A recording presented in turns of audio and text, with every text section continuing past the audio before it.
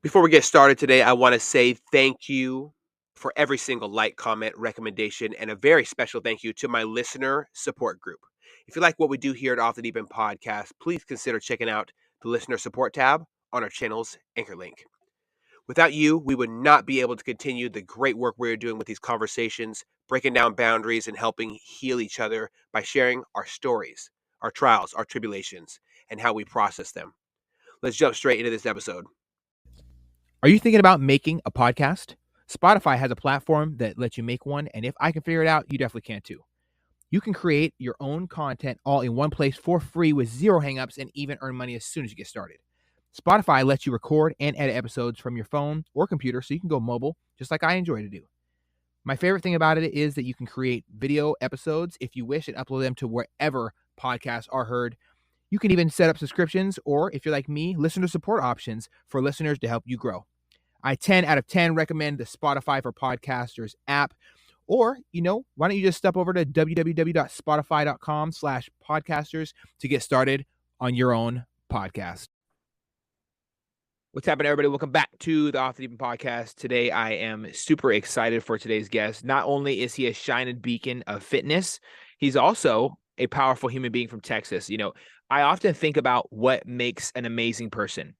I try to have special people on my podcast, but the most important stories are those of trials and tribulations that I can personally understand, so I can ask questions in hopes that it's something that you're thinking about when you're listening to their story. So my brother, from multiple injuries standing up to the trials and tribulations of his most recent injury, the military, fitness, bodybuilding, and overall being a proud American. My brother, Ray Rodriguez, thank you so much for joining me today, man. What's up, man? It's good to be here. Hey. Well, let's start with my favorite part. It really lays the foundation if we begin with your childhood. So what was it like for you growing up, man? I had the classic. We were classic middle age. I'm not gonna lie. I wasn't broke. I didn't grow up poor. I grew up with nice things, dirt bikes and stuff. I did have to earn everything I had, though. My dad had what I call that immigrant mentality. He was born and raised in America, but my grandparents came over from Mexico into Texas and then migrated over to California. But by work mentality, is immigrants they come to the country, they have nothing. So they work blood and bone to support their families. They do whatever they have to do. And I watched my dad. My dad wasn't around a lot growing up because he was working all the time to give us all of these amazing things that we didn't even need. But so I grew up pretty good household. Until around the age of 16, my dad did leave when I was 16. Kind of left me and my mom, my brothers and sisters kind of hanging dry. Mm. So it was kind of a rough childhood. He was there. He was a good provider, but if anything, he taught me. I like to think of people that mentors. They don't always have to be someone that could teach you good things, but they could teach you what not to do too. Oh, 100%, man. 100%. Absolutely. So I see my dad. I love my dad. Don't get me wrong. He's my dad, but he taught me how not to be a father. He taught me how to be a good provider. So I have that foundation. But at the same time, as far as being a father, I kind of learned that from my older brother, my older sister, my mom. And then after he left, I was going to go to college, but I decided to stay back and go to work and help my mom and sister pay bills, stuff like that around the house, and just kind of worked my ass off since then. Wow. Well, I could definitely, kind of connect with some of the parts of your story as well, man. I think it's important to recognize when people are just not who we need them to be. And it's okay to say it should be normal that we acknowledge that. It shouldn't be kind of swept under the rug. I know the word family can be a dangerous tool that a lot of people use to cover up their behavior or to sweep things out of the rug or whatever. I think it's good to say that you learn lessons from people, and you don't have to have a role model is a role model. You can learn good and bad things from them. A provider is a provider. You can learn good and bad things from them. It's okay to say that. I think it's important for us to let down these boundaries and kind of really be real and raw with each other and ourselves as we traverse this life thing. It would be ridiculous for me to say, oh man, yeah, I love everybody in my family. They're always nice to me. I got tons of support from them, and they've never tried to completely screw me over in life or anything like that. No, they love me to death. No, it's a lie. It happens. Families are not perfect. Nobody has a great, perfect situation in life, and everybody has their struggles. Just like for you right there, you had a great you had dirt bikes and you had to earn all these things, but you had a nice, you didn't live in poverty, but everyone has their own struggles. You know, losing your father at 16 when he rolls out, that's tough. That Yeah, never becomes easy. absolutely. Yeah. So I kind of took it for what it was. I mean, my sister, my wife would tell you probably kind of to the most annoying part that she is my best friend. She's someone I look up to. Anybody I've ever dated in my life, I'm like, my sister don't like you, you're gonna have to get the fuck out. I'm sorry. That's I just how it love always it. I was. love it. But luckily, my sister loves my wife. My family does. So that's just, she was the one who raised me. I had to really be a man. I mean, take care of myself. Really, like clean up after the stupid little things. Clean up after myself. Make my own food. Do my own laundry. Things that I honestly didn't watch my dad do. My mom did it all for him. Like, it's kind of laughable to see these certain things, and I think it kind of helps build my foundation in my relationship, because I don't, like, my wife. She does these things for me, but she knows she doesn't have to. Like, I can do all these things myself. Like, if I find the time to get up an extra hour early to do the laundry, I will, and just do stuff around the house, I will, before I do my cardio in the morning. Different things like that. So growing up, kind of growing up without my dad per se, at the kind of age I really needed him, kind of helped me, the fact that he wasn't around, if that makes sense. 100%, man. You know, without there's a term that was used by Nino Brown recently on here. He said that it's so important. He said that it's so important for us to recognize the value and the power behind absent father syndrome or absent parent syndrome, just to generalize it or whatever. It's not an easy thing for a young man to understand what it is to be a man when he has a you know good and bad example at the same time. He's not going to turn out perfect. You have to make active decisions to find, hey, this is you're not who I need you to be right now. I know who I need to, you're supposed to be teaching me how to be. You have to kind of grasp and reach around to try to, that takes a village kind of approach to become a man, right? What are some of the things that you, some of the values, the traits that you carried from your examples in life at a young age? Um, Working hard. I mean, like I said, I watched my dad work to the bone, and everything in life, I've always given my 110%, and I'm always striving for more. I have things in the work right now that I'm not quite ready to put out there. I will be eventually, though. But I'm always looking to build myself and always looking to work hard. I'm never expecting somebody, like this fucking culture nowadays. They're all expecting handouts. Oh, I want this because of this, this, and this. And I'm like I always hear people like, oh, we're oppressed, we're this, we're this. I'm like, you think you're oppressed? I'm like, it just makes no sense to me. Like, I've always learned to work hard for what I have, and I've never expected anybody to hand me anything in life. Like, if I want something, I ask for it, but I ask how I'm supposed to get it. Like, I got a promotion at work. I asked how I told them the first thing I did, I got hired. It was like, okay, how do I move up? What do I got to do to move up the ladder in this company? Hmm. And I grind teeth and nails in order to do that. So really Yes. working hard and doing what I have to for my family is kind of the big thing that I got brought up from my childhood.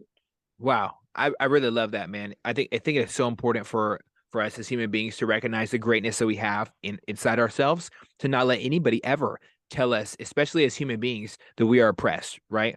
That is a horrible thing to say to another person, and it's also a horrible thing to declare as your reality.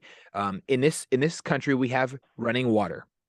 You have a lot of people who would open up their home to you. There's roofs, there's public transportation, there's a lot of things around here that makes a foundation, not necessarily saying a strong one, but a foundation to build off of. It is inherently everyone's own personal fucking responsibility to stand up on your own 2 feet and say, you know what, if you have them, because I know a lot of people who came back from the military, and some people, due to circumstances in life, don't have 2 legs. So I'm not trying to be an asshole, but you have to stand up on your word. You have to stand on your word. You have to stand on your character. You have to stand on your commitments to yourself. What's not wrong with your life? It's your fucking responsibility to get that shit together. Nobody else is going to bring it to you. And to sit there and expect life to work out for you is literally insanity. Because Oh yeah. the people who are doing that, they ain't got shit popping. You Nope. have to go out and claim your life. put your flag in the sand and say, hey, this is my piece of earth, this is my body, this is my guns, this is my family. I'm gonna govern and be a steward of this situation because this is mine. And Yeah, that's how I 100%. try to look at life. Yeah, I mean, I've always told people reality is perspective. Mm. You don't, one of my favorite quotes from my favorite bodybuilder, Seth Ferosi, you don't have problems, you just have more work to do. Yes. Like, you don't have problems, I don't have problems. No, we don't, we're healthy, well, I'm able-bodied again, finally back to it. We're healthy, able-bodied young adults who have everything going for us. Like, we don't have problems. Like, this is the family down the street whose kids who just got diagnosed with cancer. They have a fucking problem. Yes. The 9 people that just died here in my town who got shot and killed at the Allentown Mall shooting, their families, their people have problems. Like, I always tell people, your reality is your perspective. Like, you could sit there, oh, I have mental health issues, blah, blah, blah, this and that, and take a pill, and then get pissed off because the pill's not fucking working. Yeah, no shit. Because you didn't do the fucking work. Like, you have to work through it to get through it. Yes. If you think all these small business owners during COVID who got shut down and just, you think they just gave up? You think they just said, okay, I'm just going to let the government try to hand me whatever they can? No, they kept working their asses off to reopen, to build back up for their families. Like I said, everybody wants to claim mental illness and mental health. Like, oh, I'm sad, I'm depressed. Yeah, it's because you're fucking choosing. Like I just posted on Facebook the other day. If you're not changing it, you're choosing it.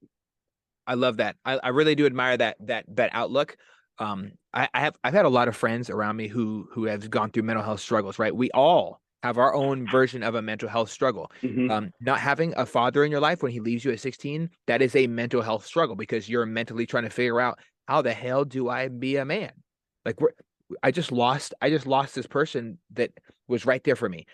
Me personally, when I was deployed, my fucking dad died. I didn't expect that shit. That's a mental health struggle, right? Yeah.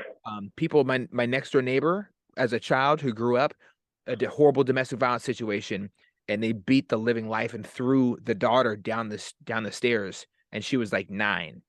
The dad did this, and he got locked up. That young lady is going to grow up with some traumatic experiences. That is a mental health struggle. But at what point do we settle? Do we settle for this life that we are handed? We are worth so much more. And that's Absolutely. something I really wish that more people grasp as well. Because you talk about it often, and that's why I really admire your ferocious mindset because you attack life. And if more people attacked life, they'd realize that your life is exactly what you make it. There are circumstances you cannot control, but when you can control the ones you can, you will realize how much better of a life you will have. When I'm on my grind, when I'm working towards my next goal, I feel so alive, so empowered, so passionate. I sleep better, I eat better, I feel like I have sex better. I feel like everything is better, man. Hot Oh, showers 100%. feel hotter to me. I don't have any stress. I'm complete. When feel like I'm on my path, I feel like I have purpose. Life clicks perfectly for me. And I really do encourage people to find what is your mountain. Identify what your mountain is and start climbing. I don't give a shit if it takes you 100 years, but you have to start. You can't sit there and say, "Does this thing have an escalator built in?" So they don't. Like that's perfectly what I mean. You hit it right on the nail when you said it's because you have purpose. Mm. As human beings, we don't know what our purpose is in life. This Peloton, it knows its purpose. It's here for me to get on and for it to ride. This chair You I'm work out with sitting in. Lizzo? Huh? You work out with Lizzo yet? No. You should. Should I? No, Hell I yeah, won't man. do that. This chair I'm sitting in, its purpose is for me to sit in it. Human beings, they don't know what their purpose is in life, and they don't strive to find it. One of my other favorite quotes by James Smith, he says, "There's no life that you have to live, only a life that you should want to live." Yes. And like you said, you have to have purpose, you have to have drive. That's the same thing when I used to compete. I had when I was when that 20 weeks started, there was no fucking stopping me. There is not a damn thing in the world that is going to stop me.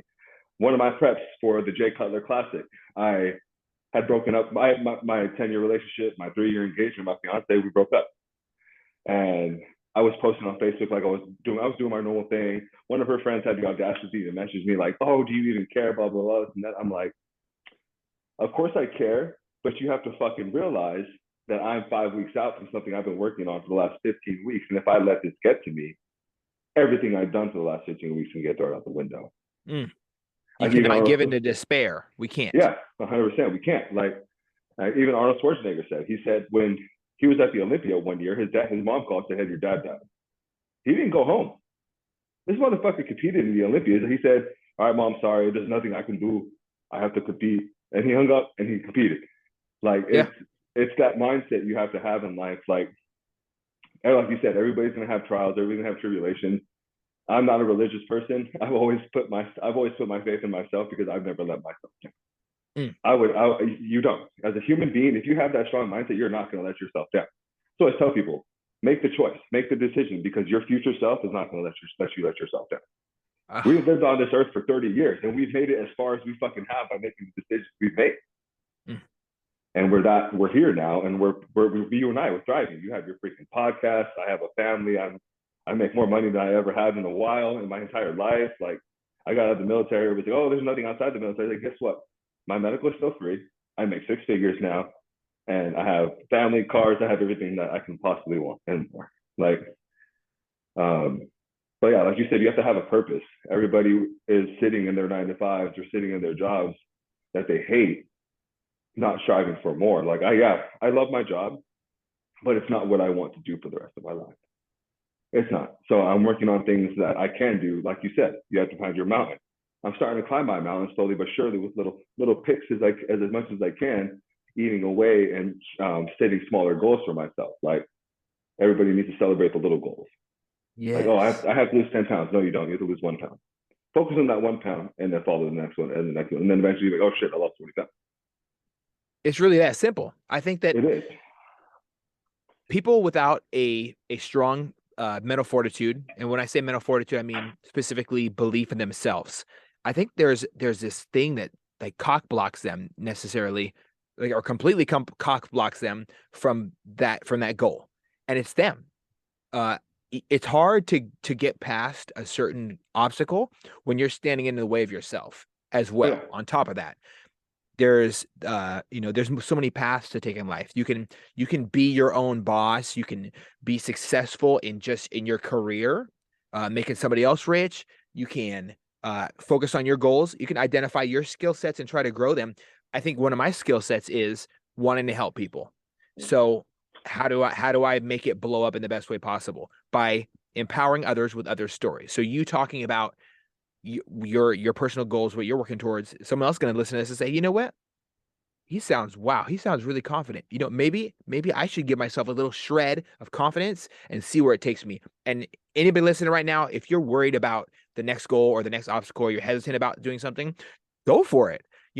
If you settle, you will literally sell the freaking clothes on your back just to stay in your little comfort zone subconsciously. Mm-hmm. But that uncomfortability is where you grow. Safety zones and comfort zones are freaking dead zones. You have to go outside. You have to be stressed out. You have to be in this life, that normalcy that you're already living in, and get so fucking fed up with it that you make a decision to leave that and go.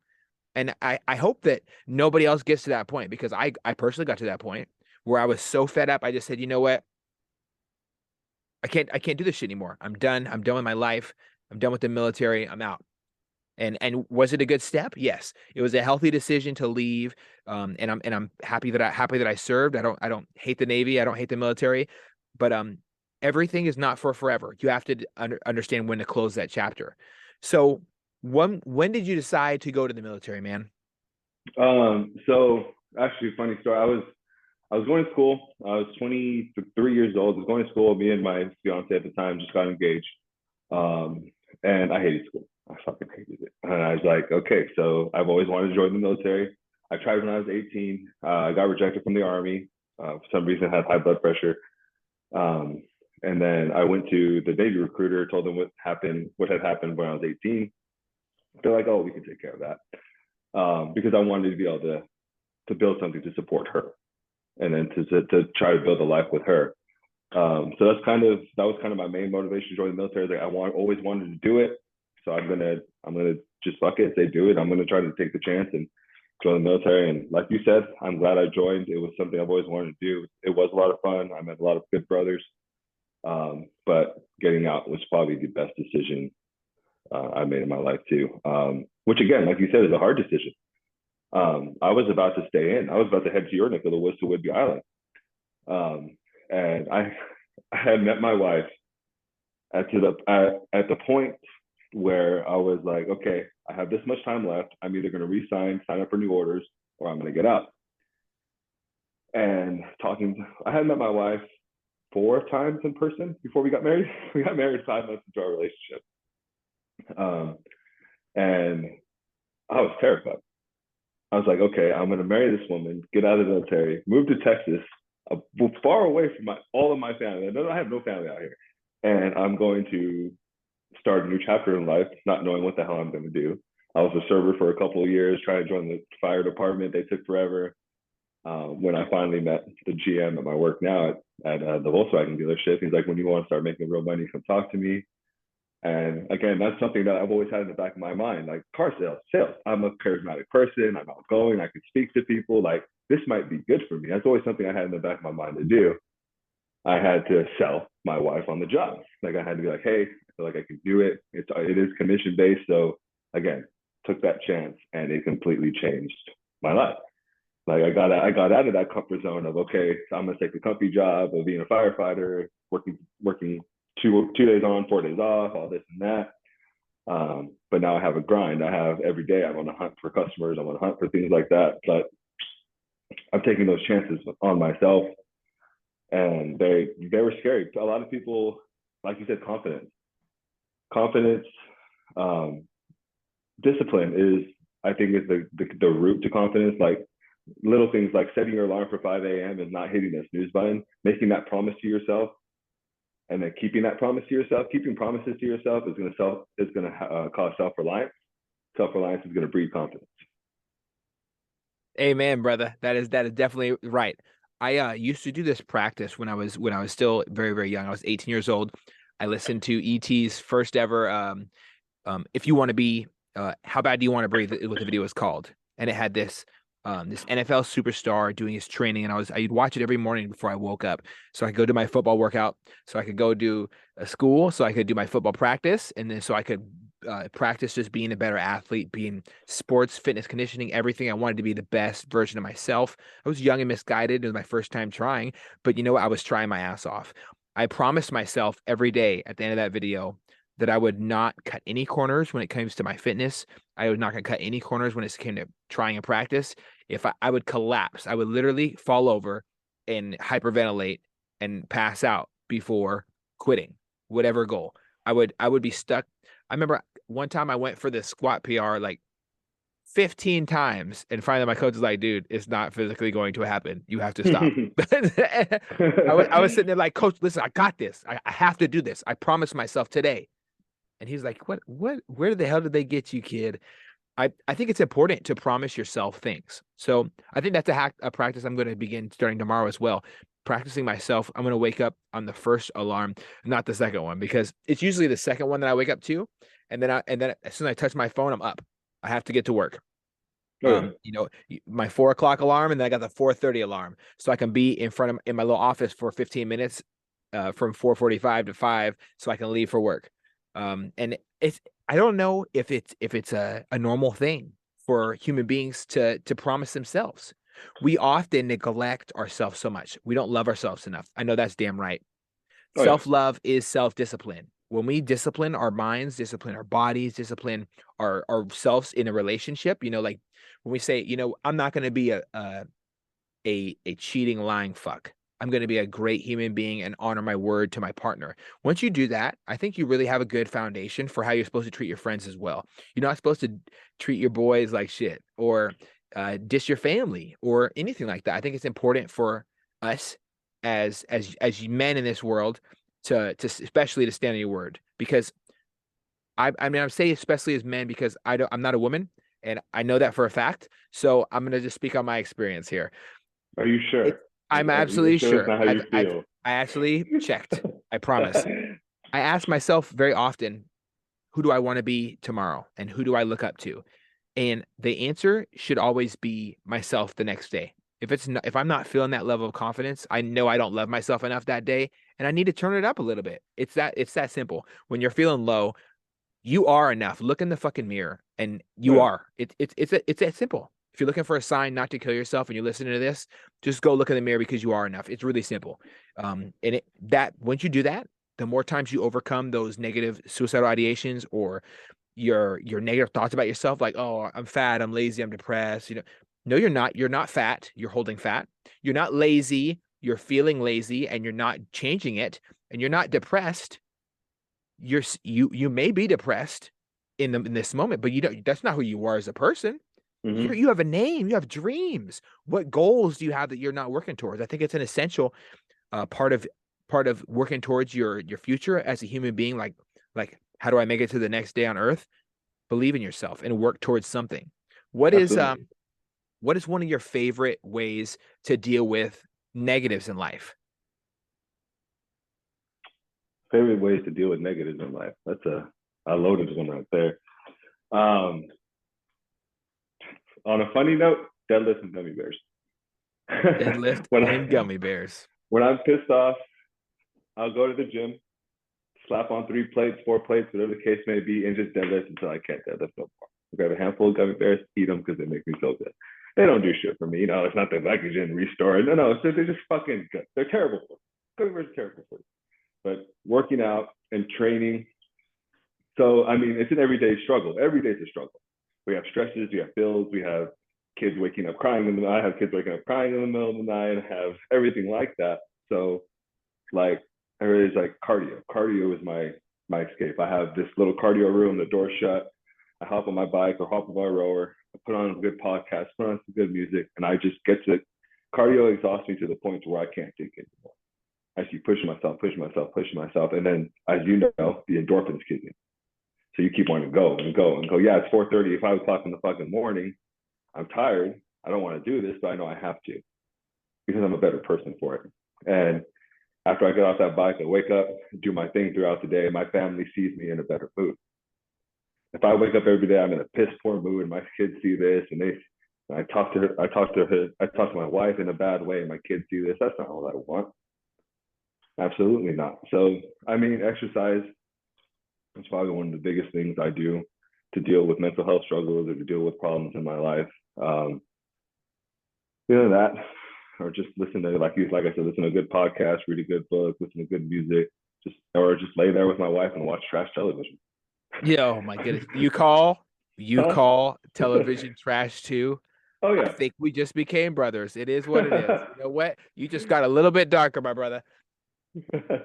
Oh man. Yeah, I cannot stand a lot of the stuff I see on TV because I think it promotes comparing yourself to others, which is a very, very dangerous habit. I think a lot of people that I've experienced in my personal life have dealt with very, very nasty self comparisons. They compare themselves to people. There's no reason. They're not you. When someone created you, they made a very, very special individual. There's never going to be another one of you. You are your own brand. You are your own company. And you have to think about yourself in that light sometimes. So I look in the mirror and I say, okay, what does my company look like today? Who's getting fired in this bitch? Okay. So and sometimes I do need to fire a part of my mind. I need self-doubt. It has to go. Self-confidence is the way. Putting yourself in hard situations. I didn't think that I was ever gonna when I got told I can't bodybuild anymore because of my injury, I had to reinvent myself because I was bodybuilding for 5 years. I went Yeah. from 125 to 212, and I thought that I was just going to keep going up and maybe probably settle around 225 and just be happy and healthy for the rest of my life. But surprise, surprise, here I am 32 pounds lighter, and I can't bodybuild anymore. So I reinvented myself and I started doing jujitsu. It wasn't easy to not be able to move more than 10 pounds with one arm and start jujitsu, but you know once you go through your PT and your rehabilitation, you focus on your goal. My goal was to do PT to get to jujitsu. Now my goal is to start jujitsu. I'm feeling pretty healthy. I'm starting to let off the reins a little bit and immerse myself into that lifestyle of putting myself through difficult things again. And wow, how alive I feel when I got bruises all over my face, my body, my neck's torn up from my gi. And even when I come home and I realize that I almost bit through my mouth because a 16-year-old girl who's been practicing it for way longer than me whooped my Whoop your ass on ass. the mats. And Yep. it's okay. That's part of the journey. Oh yeah. How do you feel about the things you've ran into in life? Because I've seen you go through 2 injuries personally. How do you deal with that? And can you break us down and really understand, help me and the listener really understand the mindset going through that, how it breaks you and how you reinvent yourself afterwards? Okay, so I'll start with my leg was the big icing on the cake that can honestly completely changed my life. So I'll start with my 2 knee surgeries.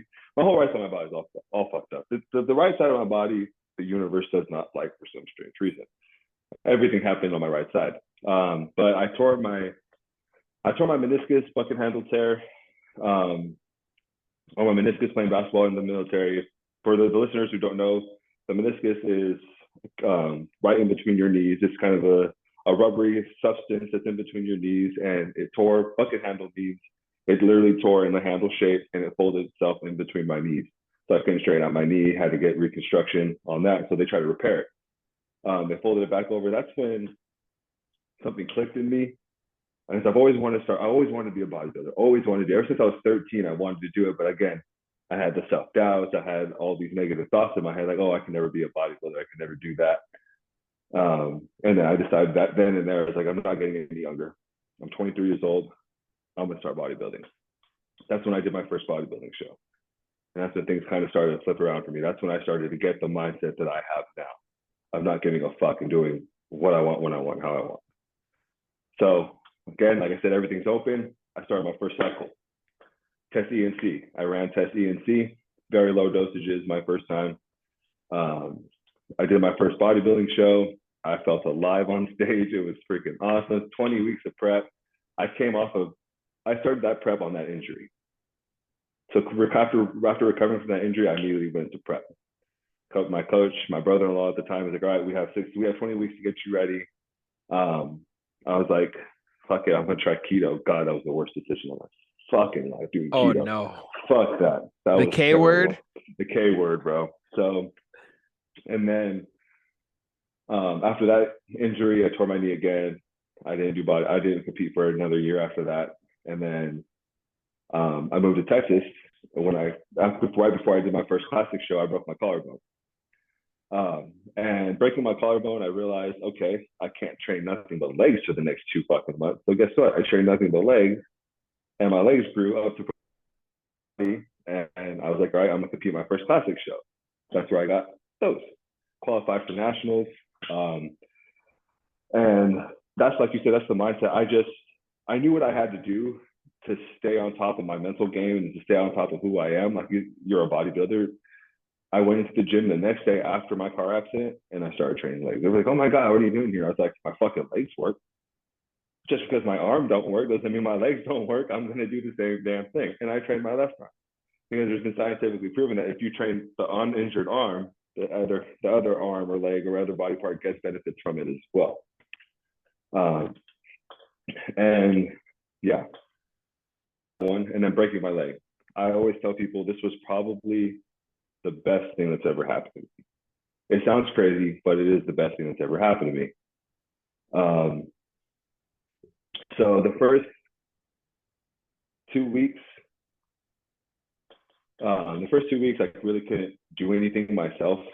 I was bedridden. I was on Percocet.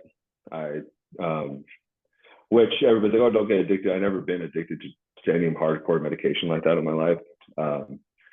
But I couldn't get dressed by myself. I couldn't put my socks on. I mean, and I was in the middle of, mind you, I was in the middle of the transformation challenge for the supplement company that I'm an ambassador for.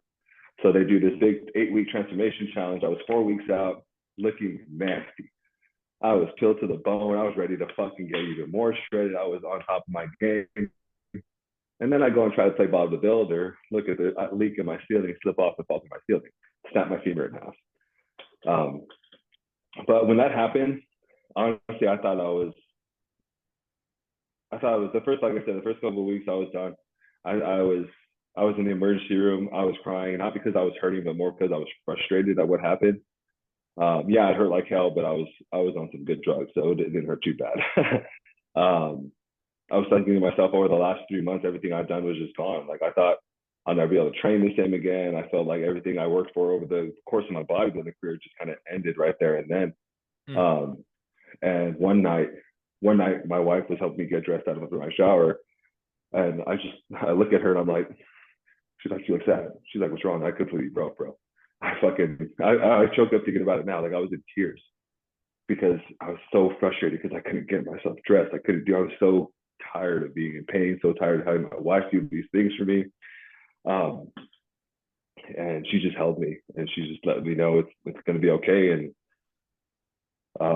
having a strong, I wouldn't have another dude if I was single. I don't know how people who are alone were able to get through something like this. So hats off to them if something like this happens to somebody who lives by themselves. Um, but yeah, but over time, the more I thought about it, like I said, it may have been the best thing that could have ever happened to me. Like I said, I was doing that challenge, and if I would have won that challenge, I would have kept doing the steroids. I would have kept competing. Like, I didn't want to, but we all have that body dysmorphia as a bodybuilder. It fucks with you mentally. I was on the borderline. Um, like I said, I feel like I had a pretty damn good chance to win. And if I did, I would have kept competing again. Like, I didn't really want to. I would have continued on with the stuff I shouldn't have been doing, like the PEDs, the trends, the mass strong, all the shit. I was on all the fucking stuff.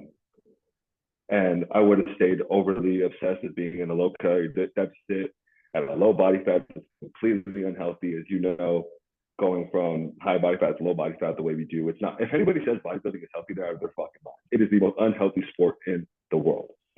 I mean, if you think about it, you look at CrossFitters, when they're ready to compete, they're at the peak of their fitness. Bodybuilders, they're almost dead. At the day of the show, we are almost dead. Like a zombie, like a yeah, dry, carb loaded, starved for months before to certain things, certain substances.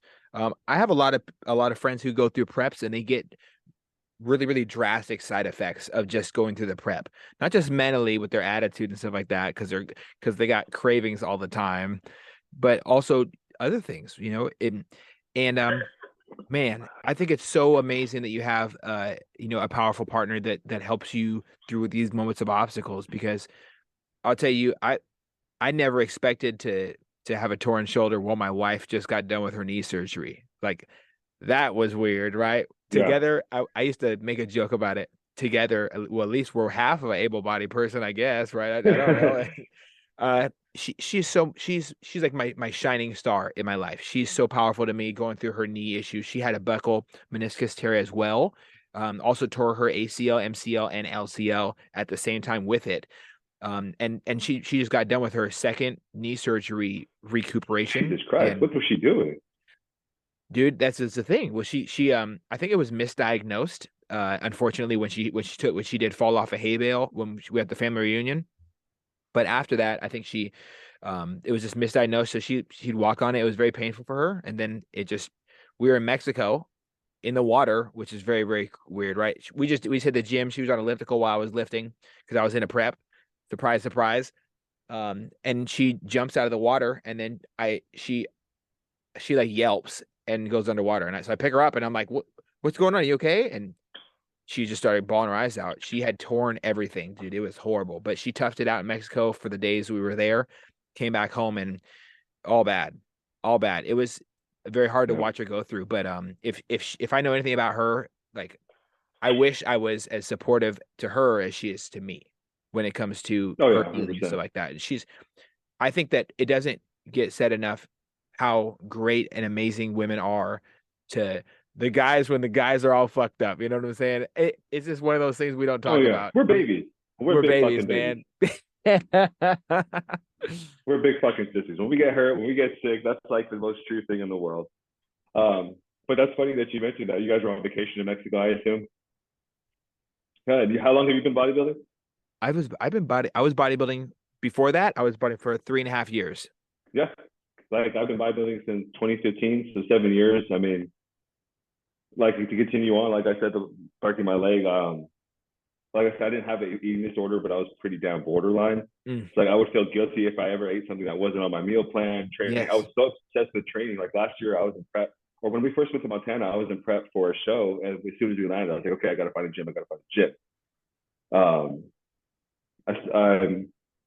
I'm still, I still like to eat correctly, but I'm not as obsessed about it. Like I'll have that donut with my daughter once a week, or I have a piece of cake or a piece of candy.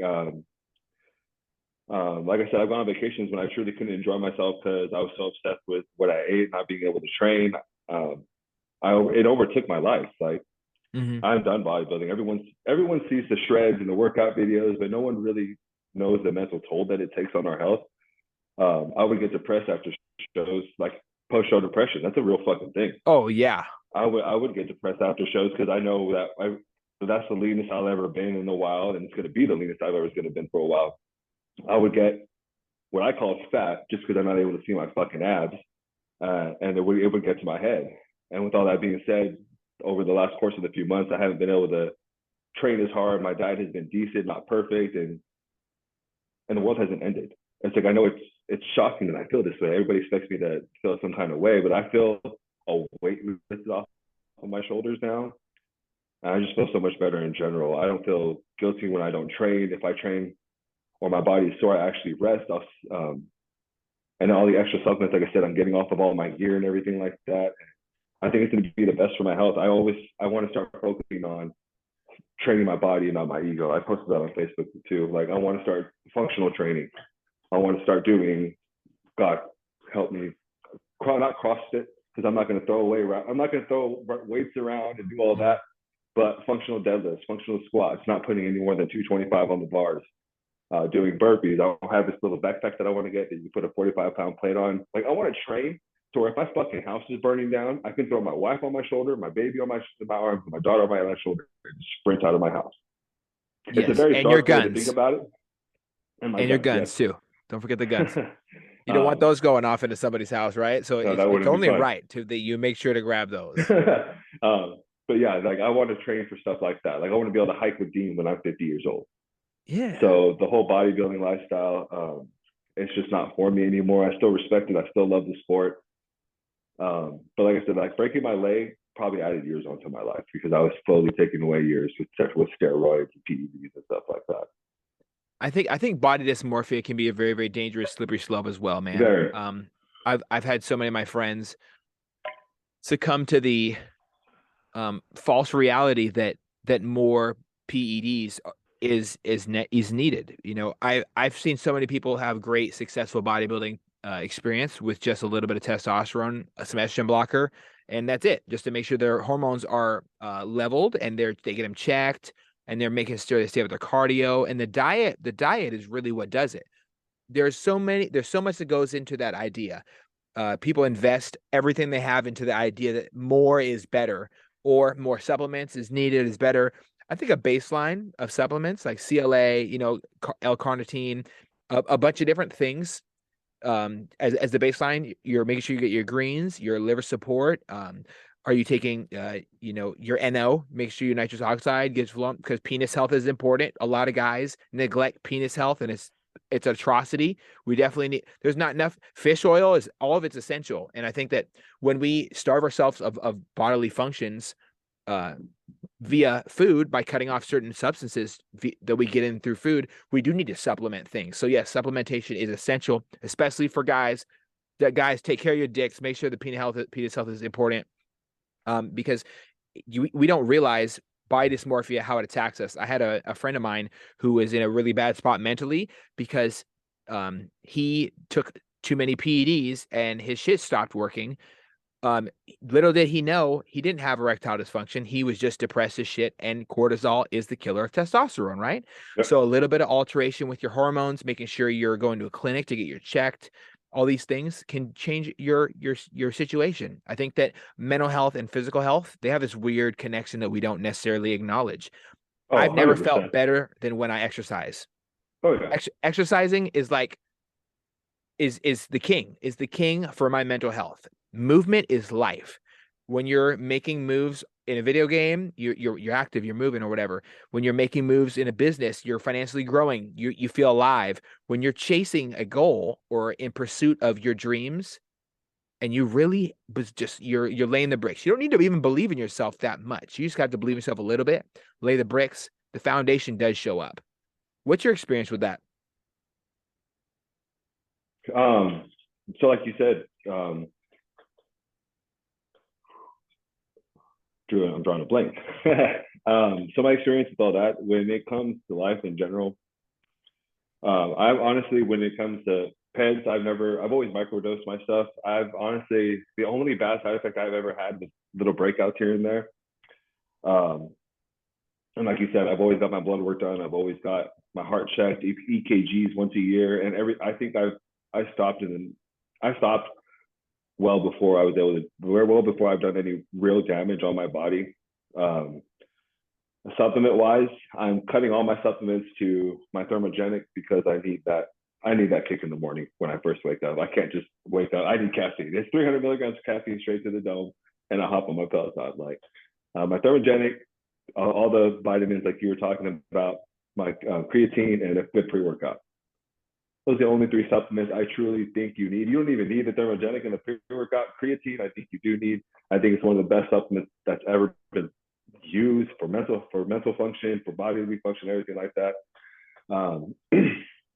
But being in pursuit of a goal, like you said, is like if I'm not like okay, for example, I have my dickhead manager that I used to work for because I stepped back down into sales because I just couldn't work in the finance position anymore for the person I worked for. I'm not going to say any names, but he has these Gucci belt, his Gucci shoes. He has all this other bullshit, but he's overweight. He has heart problems. He has this, and I'm like, you put on all this other bullshit. You spend all your money on this other bullshit because you're not confident. You think all of this stuff is going to make you confident. It's like, no, I think physically you have to be in good physical shape in order to be confident. You have to be able to look at yourself in the mirror, like, yeah, I like the way I look. It's kind of sad to put it this way, but I look around, like when we're walking around the mall, we're walking around outside, I'm like, there's a lot of overweight people. Like you're supposed to be the protector of your family. Mm. Like that part. Like, no, like I see somebody like me and I feel like somebody thinks, okay, I should not fuck with them. Mm. I'm not trying to be arrogant. I try to be cocky. I'm 5'11", 215 pounds. Like I'm walking around with my family. I think people like, it's funny because my wife noticed the other day, everybody's like, hey, now what's up? What's up? What's up? She's like, why is everybody saying hi? It's like, because I'm not a normal human being. Mm-hmm. People like you and me, we're in the top echelon of percentile of men who train their bodies, train their minds, who hold themselves to a certain standard. Like you could tell we were in the military just because the way we hold ourselves, the way we walk, and who we are as a person. Like if we breathe, we ooze that alpha mentality. And yes, alpha doesn't mean, oh, I'm better than you, I'm better than this. No, it means I'm aggressive, but only when I have to be. I protect, I care, and everybody around me is safe. Everybody in this restaurant is safe. Everybody at the place I am is safe because I will get up and protect. 100%. And it's important to feel that way. It's important to acknowledge it. It's important to talk about it as well. I encourage every single human being on this earth to be as dangerous as fucking possible and be peaceful. Mm-hmm. And I say that because it's important to not be violent for no reason. It's important to be capable of great and powerful, horrific things to people who need that done. When someone's breaking into your house and they want to do violent things to you, you want to respond with equal or lesser force within, your state's legislation and all these, nice. I'm not going to do the lawyer disclaimer shit here, but it's important to deal with people violently when there's violence need to be done. It is. And I'm not saying just because somebody hurts your feelings, it's important to exude confidence and to keep the wolves away. Sheepdogs, we need them. We need people in human life who are capable and willing to do violence on behalf of others who cannot do it themselves. It's important for human beings to not walk around and sprint towards being a pre-diabetic individual as far as their dieting, their nutritional values and how they rank their body physically. There's way too much obesity in this country. We cannot functionally do a lot of things. There's a lot of law enforcement in this country as well, and in military members especially, who are overweight, who are incapable of performing their duties to save another life or even their own. It's embarrassing. Watching that Atlanta cop that fell on his back and he just started shooting because he was fucking scared. And he killed a young lady when it was just a hands-on situation. That is embarrassing. If you No, are 100%. incapable of doing your job, and I'm not just talking about cops, but if you're incapable of doing your physical job, that's bad. It's bad. It's not Mm-hmm. good. It shouldn't be celebrated. We should take care of our bodies. And that's an encouraging thing. That's not for everybody. Some people, they just want to watch the ship burn. And that's okay. But I'll tell you what, I want the most operational body that I can afford. Being injured is the healthy reminder of the importance of, your body functioning properly. Yeah. If I can't fucking lift 10 pounds with my left arm, how am I supposed to grab a child to safety or defend my wife from a violent attacker or defend Mm-hmm. myself when I'm working in downtown Seattle? People try to rob me. People love to try to, I don't get what it is. When middle of the night, I'm trying to go home, I'm working late hours. People try to fuck with me. I don't understand it. But you know what? Without my left arm, I am an arm down. Without being able to run, or to crawl around on the ground in a house fire and drag my child or my unconscious wife from smoke inhalation out of the house, I am failing as a human being. When I tell her I Mm-hmm. love her, I will die for her. I will gladly give my life 1,000 times over for any other human being as well. But we have to look at ourselves as a society. And I really love that you were looking into the functionality of life, because jujitsu is for me is to not shoot somebody and have to deal with paperwork, because dude, I'm dyslexic and the numbers and letters and shit, it gets really complicated. So jujitsu is a functional task for me. Running guns a functional task for me. Uh, Shooting is great just for my mental health. It's one of my things that I choose to Yeah. deal with negativity in my life. I just shoot. It makes me calm. And how great would it be if everybody were able to latch on to their own version of their superhero Yeah. and then look in the mirror and say, hey, I'm not too far off. I think that people who take care of their body, bodybuilders, people that look like you specifically, they look like modern day superheroes. That everyone should look like this. Everyone should look powerful, not just muscular, as far as their muscular system, but also they should look powerful with their mind, their mentality, how they carry themselves. Confidence. Confidence Yep. is awesome. Confidence is sexy. Confidence is important. Yeah, 100%. It really comes with everything in life. Confidence, it it breeds for a better life. Like in sales, if I wasn't a confident person, if I was bashful, I wouldn't be able to sell cars. No way in hell somebody's gonna buy a car from me. But if I'm sitting there, I'm like, yeah, this car's this and this. Here's your pencil. Go ahead and sign right there. Don't worry about it. We'll take care of it. They're like, oh yeah, I like this guy. Let's just sign it. Like it's happened more often than not. Um, but like you said, like society nowadays, it's scary. They want us overweight, gunless, and dependent on the government, and nobody sees it. Nobody sees that they're preaching, oh, overweight, love me for me bullshit. It's like it's caused like, don't get me wrong, you should love a person for who they are, but that whole love me for me movement is making comfortable people with being sick. Like, no, it's bad for a doctor to say, oh no, you need to be on a healthy workout routine, 150 minutes of cardio a day. You need to cut back to your diet to 80% healthy, to 20% what you like, so you have a sustainable diet that you can stick to. No, but instead, I'm going to give you a bunch of pills and I'm going to charge you up the ass for it. I'm going to make a bunch of money. Mm.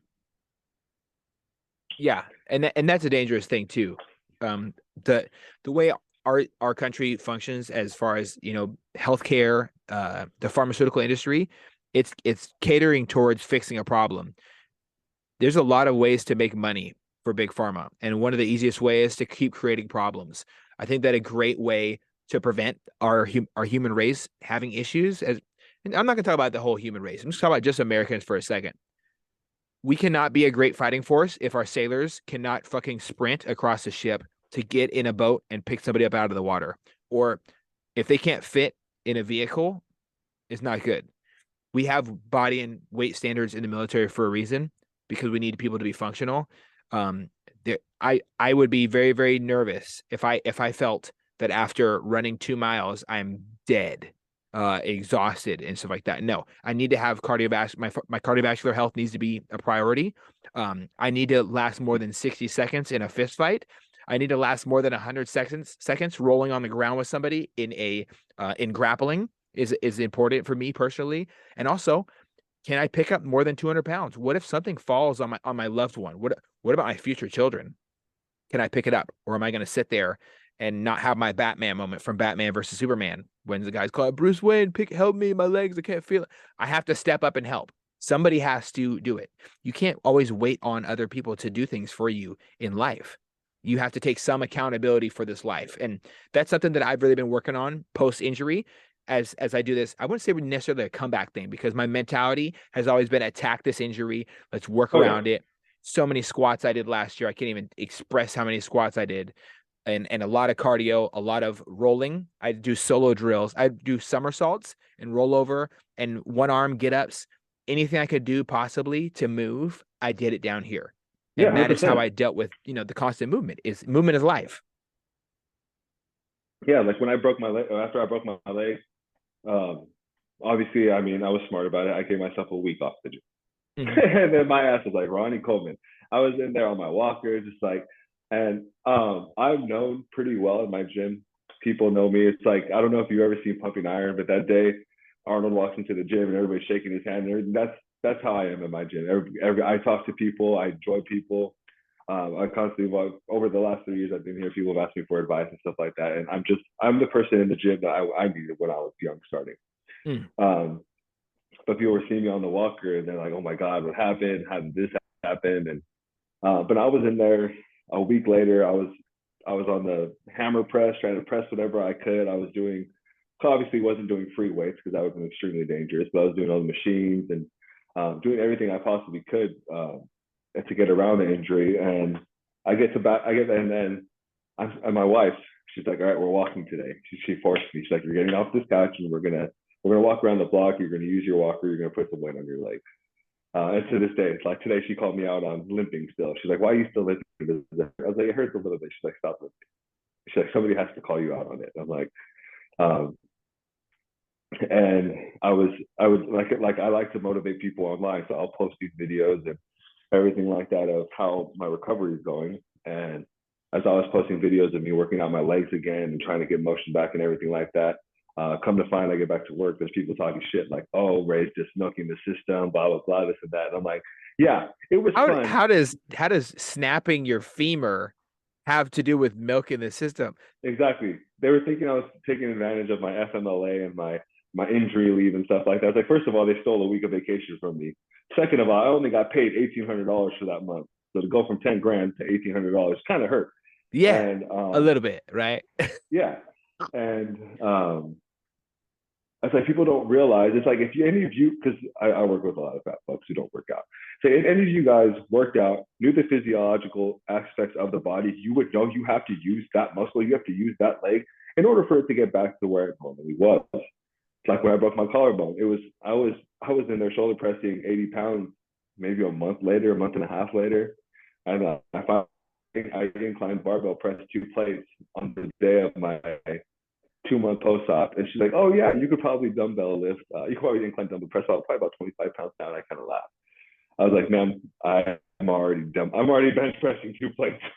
Cause you can't always just walk. You sometimes you got to run. Sometimes you got to sprint. Yeah. The human body is capable of so many amazing things. So many amazing things. We talk about what's that stuff? Mom strength, right? When those moms rip off car doors, when they get in this form of this powerful form of who they are at the core shows up, right? I love those stories, and I love being able to witness real life experiences like that is huge. When people go through injuries, I knew personally that I was really pushing myself.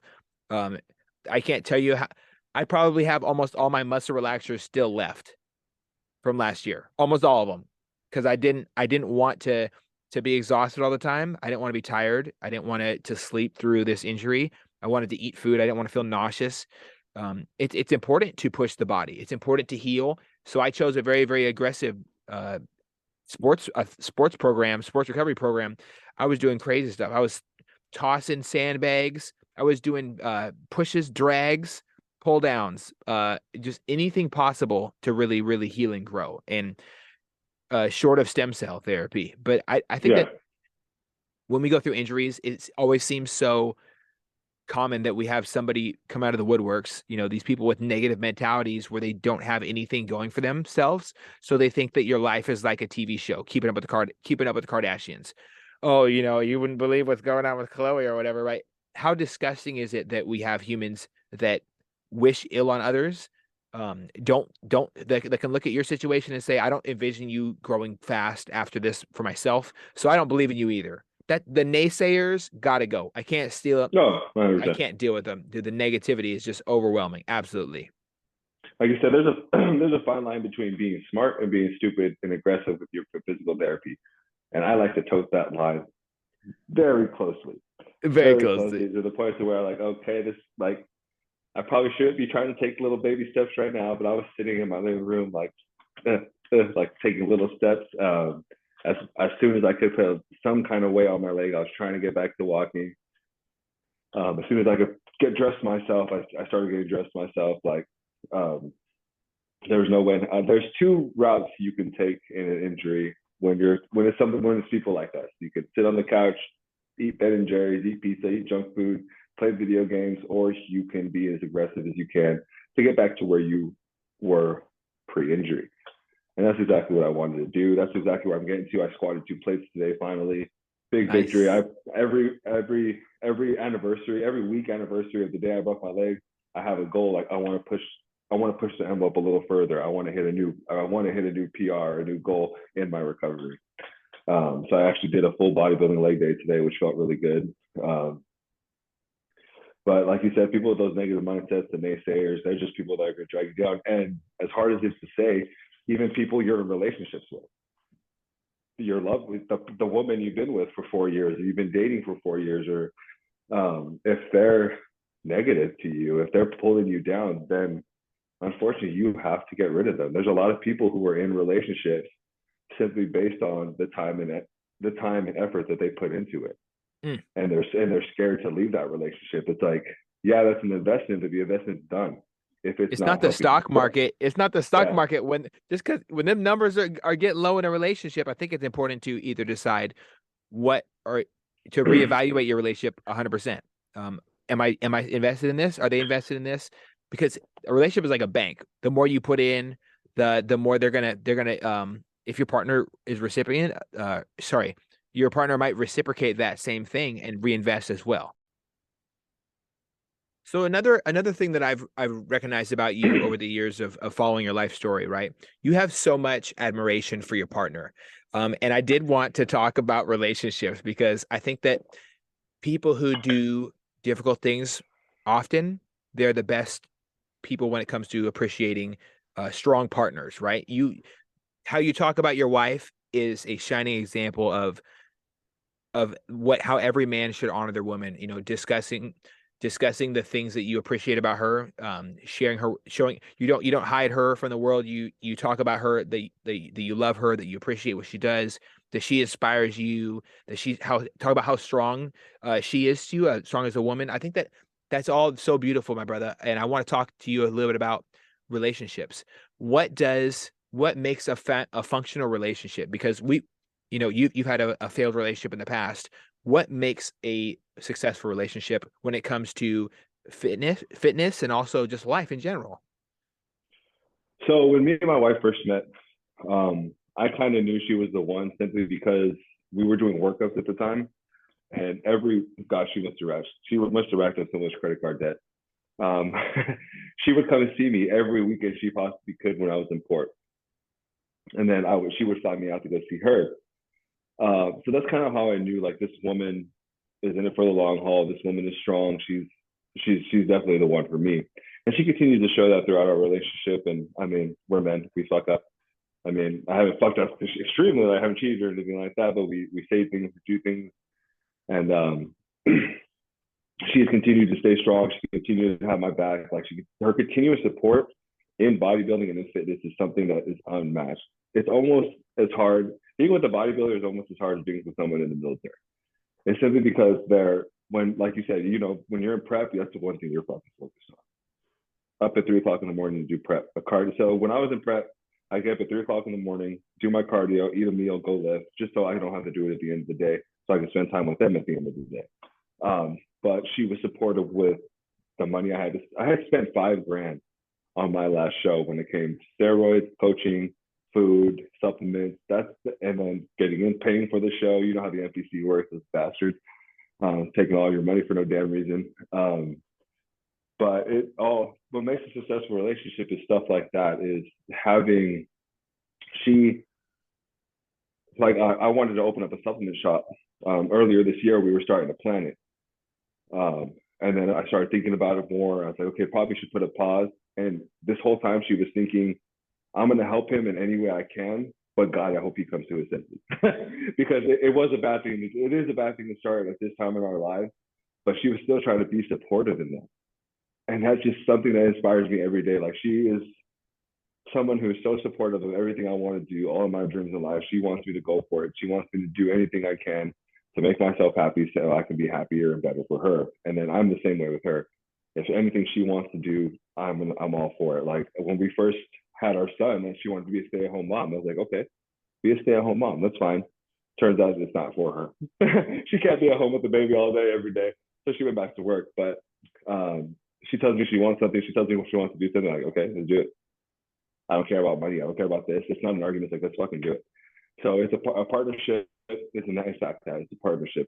It's equal push and love on everybody, being honest communication, and loving each other. You have to constantly appreciate each other's love languages. Like, we talked about this recently, me and my wife. She's like, how can I show you that I love you more? I was like, I love nothing more than when I'm sitting there cooking or sitting there just doing something and she comes up from behind me and wraps her arms around me, or she'll rub my back and just like show me that she loves me, just little things like that. And feeding into each other's love languages and understanding each other's love languages is fucking huge. Because if you're loving your partner in a way that that's not how they're loved. Like, if you're showering them with gifts, but they want love and attention, they want affection, they want you to be there with them, but you're trying to throw money at them, you're trying to throw this at them, that's not how they're going to feel loved, and they're going to feel empty. So just stuff like that, the partnership. And then, I mean, money is a big issue for people, but I don't let it be the issue for us. I call my wife my accountant. I don't have access to our savings, and it's for a good fucking reason. I had a 500 credit score when I got out of the military, and now I have a 780 credit score, and it's because of her.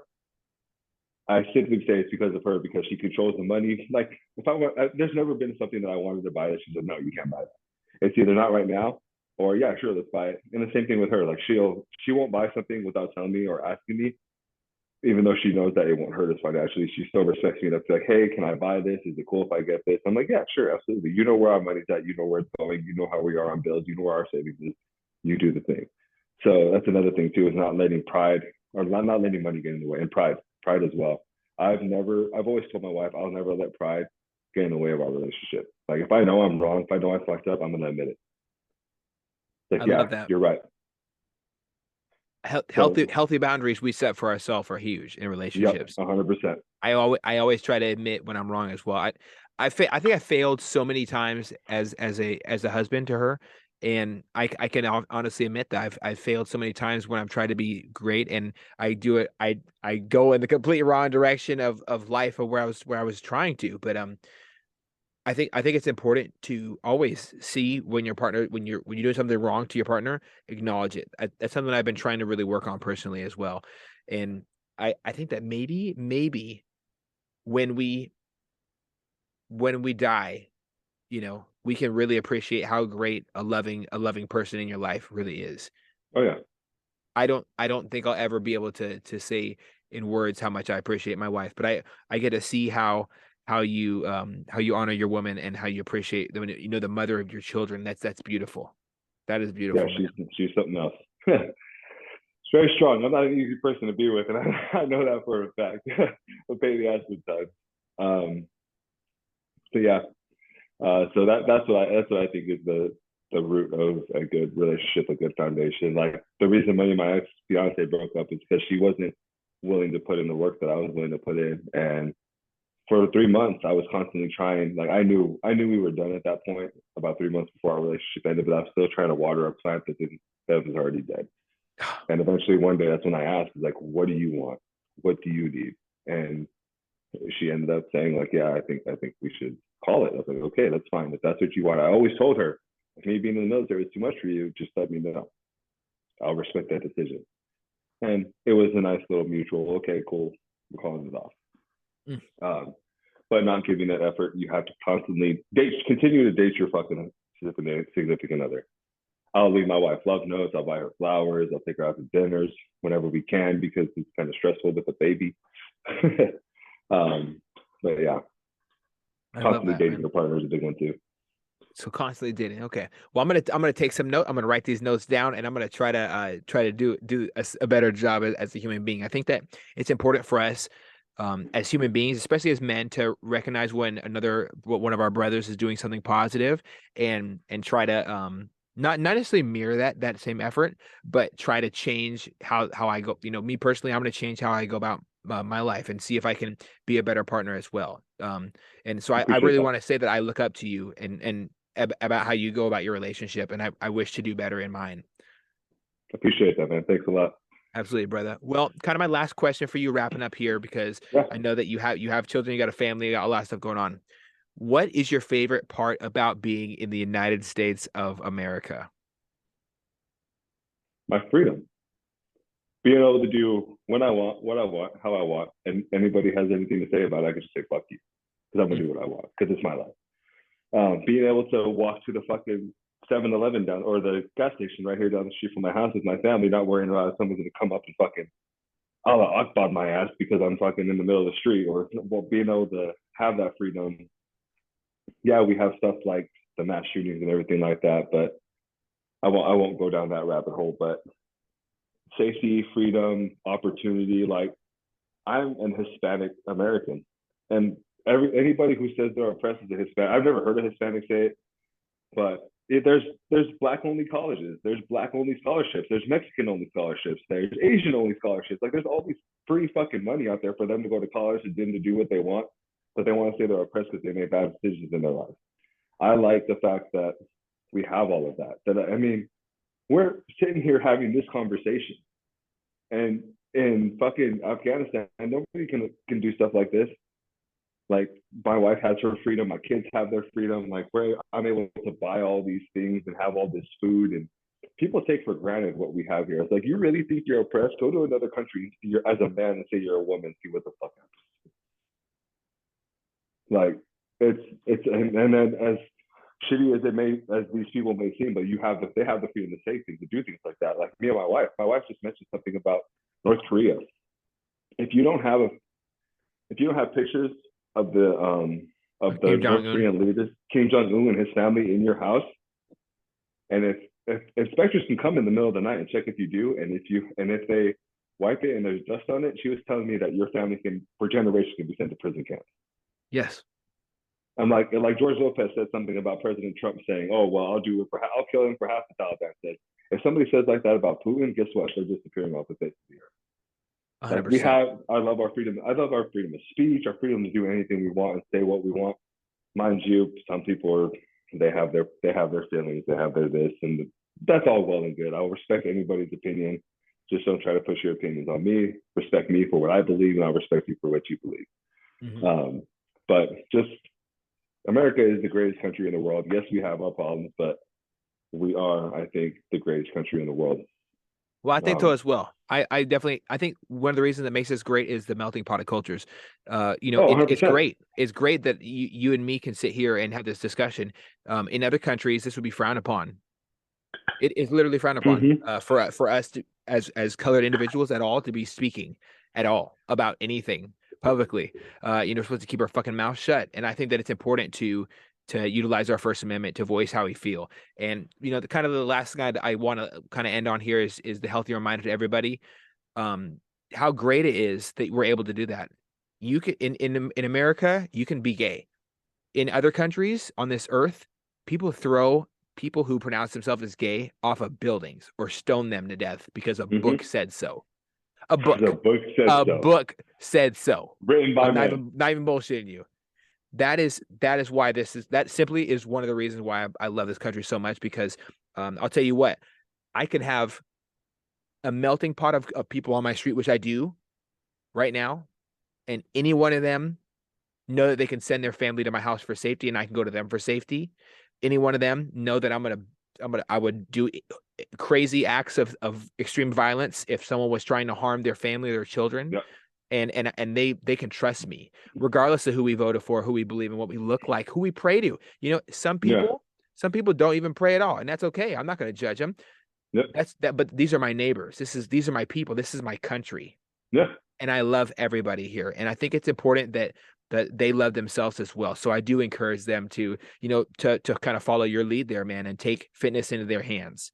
Take to be ferocious in how they sprint towards healing when they get injured, and to support them and say, hey, you know what, believe in yourself. Come on, let's go. You got this. Don't give up. Yeah. I have a good friend of mine who just started about it, a huge transformation fitness wise, and he's losing weight like a mofo. And I'm so proud of Daniel, man. I hope he listens to this as well. But the last thing I'd like to say is,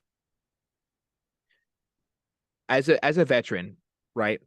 We often come back and we have difficulty with the transition. You're someone who I've never seen struggle publicly with the transition. And I'd like to ask you if you could sum up the best way to attack the transition as a veteran.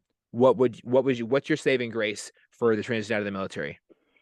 That's funny that you say that, because I always say TAPS pass was a joke. Because I mean, they treat us like we were in prison for the last 4 years, and like we don't know how to be normal human beings. I'm a very adaptable person.